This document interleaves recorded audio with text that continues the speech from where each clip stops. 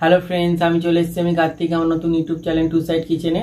আজকে আবার একটা নতুন রেসিপি নিয়ে। আজকে রেসিপি হচ্ছে মাশরুমের একটা রেসিপি বানিয়ে দেখাবো।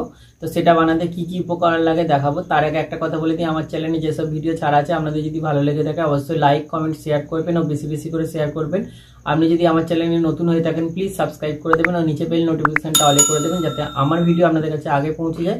তাহলে চলুন মাশরুমের রেসিপি বানানোর জন্য কি কি উপকরণ লাগে আসুন দেখাই।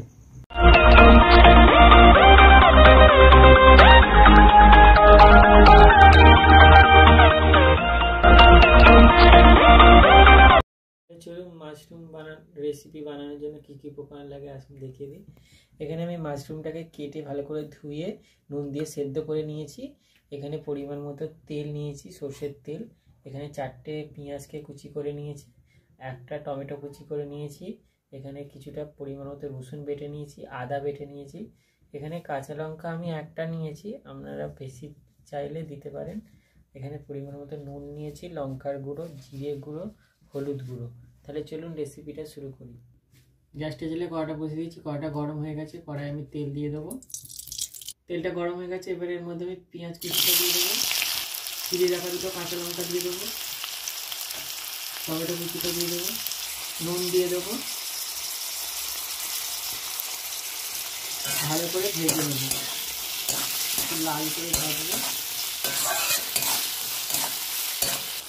পেঁয়াজটা টমেটোটা লাল করে ভেজে নিয়েছি। এবার আমি এর মধ্যে দিয়ে দেবো আদা রসুন বাটাটা, দিয়ে দেবো রসুন বাটা,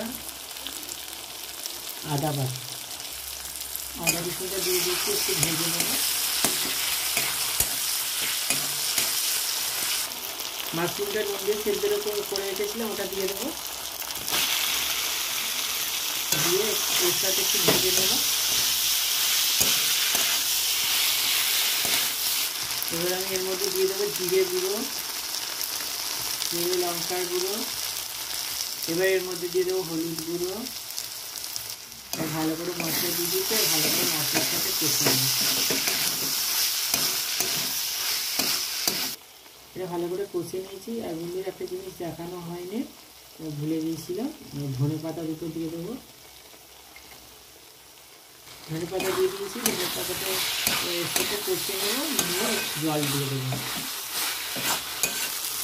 ভালো করে কষে নিয়েছি, এবার জল দিয়ে দেবো।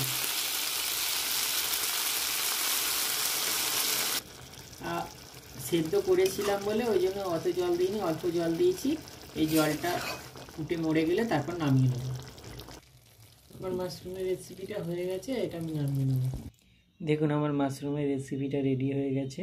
এই রেসিপিটা যদি আপনাদের ভালো লেগে থাকে অবশ্যই লাইক কমেন্ট শেয়ার করবেন ও বেশি বেশি করে শেয়ার করবেন। আর প্লিজ সাবস্ক্রাইব করে দেবেন, আমাদের পাশে থাকবেন। চলুন তাহলে দেখা হচ্ছে নেক্সট ভিডিওতে।